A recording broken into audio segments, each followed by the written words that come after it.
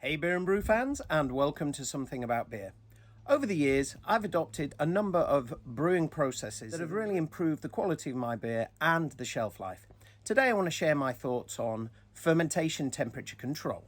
So let's get into it.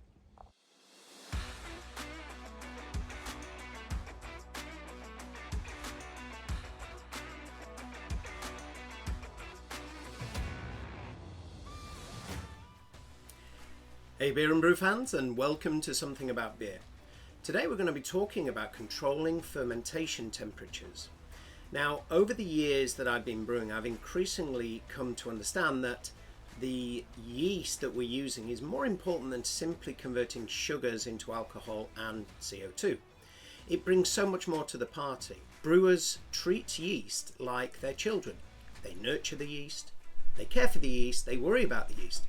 It's yeast husbandry, almost. Pitching the right amount of healthy yeast is vital for a good fermentation, but of course the caring should not stop there. Pitching too hot can kill yeast, resulting in an under-attenuated beer, and, of course, given enough time, once the yeast cells die, that you can have autolysis. Now, autolysis can create some really nasty flavours. Generally, it comes out like a meaty flavour or beef broth, which, of course, is not very nice. I'm not so sure I want a beef broth IPA. Pitching too cool, of course, means that the yeast could stay dormant, no fermentation, and the wort will spoil.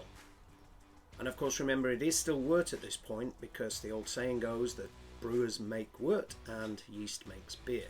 The environment needs to be just right from a temperature perspective, and at the wrong temperature, yeast can get stressed. Yes, yeast do actually get stressed. This can result in, among other things of course, flavour and aroma compounds being created. These flavour and aroma compounds may not be as bad as a beef broth IPA. However, they can interfere with the beer style that you're aiming to produce, resulting in a muddled beer. Take banana, for example.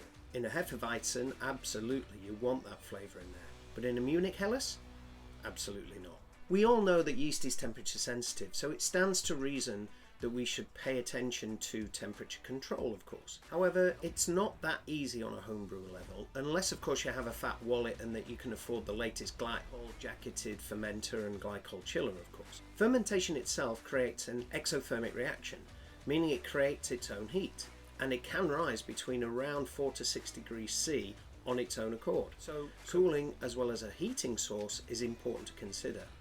There are a few simple low-cost options that you can adopt. If you search Google and YouTube, you will find many creative ways to control temperature. I'm not going to go into detail about those here.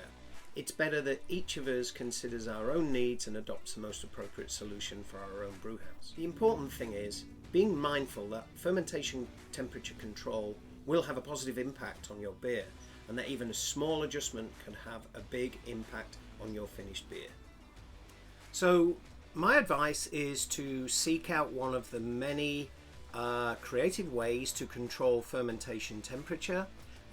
Take a look at what's most appropriate for you in your brew house, adopt something and give it a whirl. See how that really does positively impact your homebrew beer moving forward. I hope this was useful to you, and thanks for tuning in. If you like what we're doing here at Something About Beer, please subscribe and give the video a like. It really does help the channel out a lot. And don't forget to ring that bell so that you're alerted to new content we put out.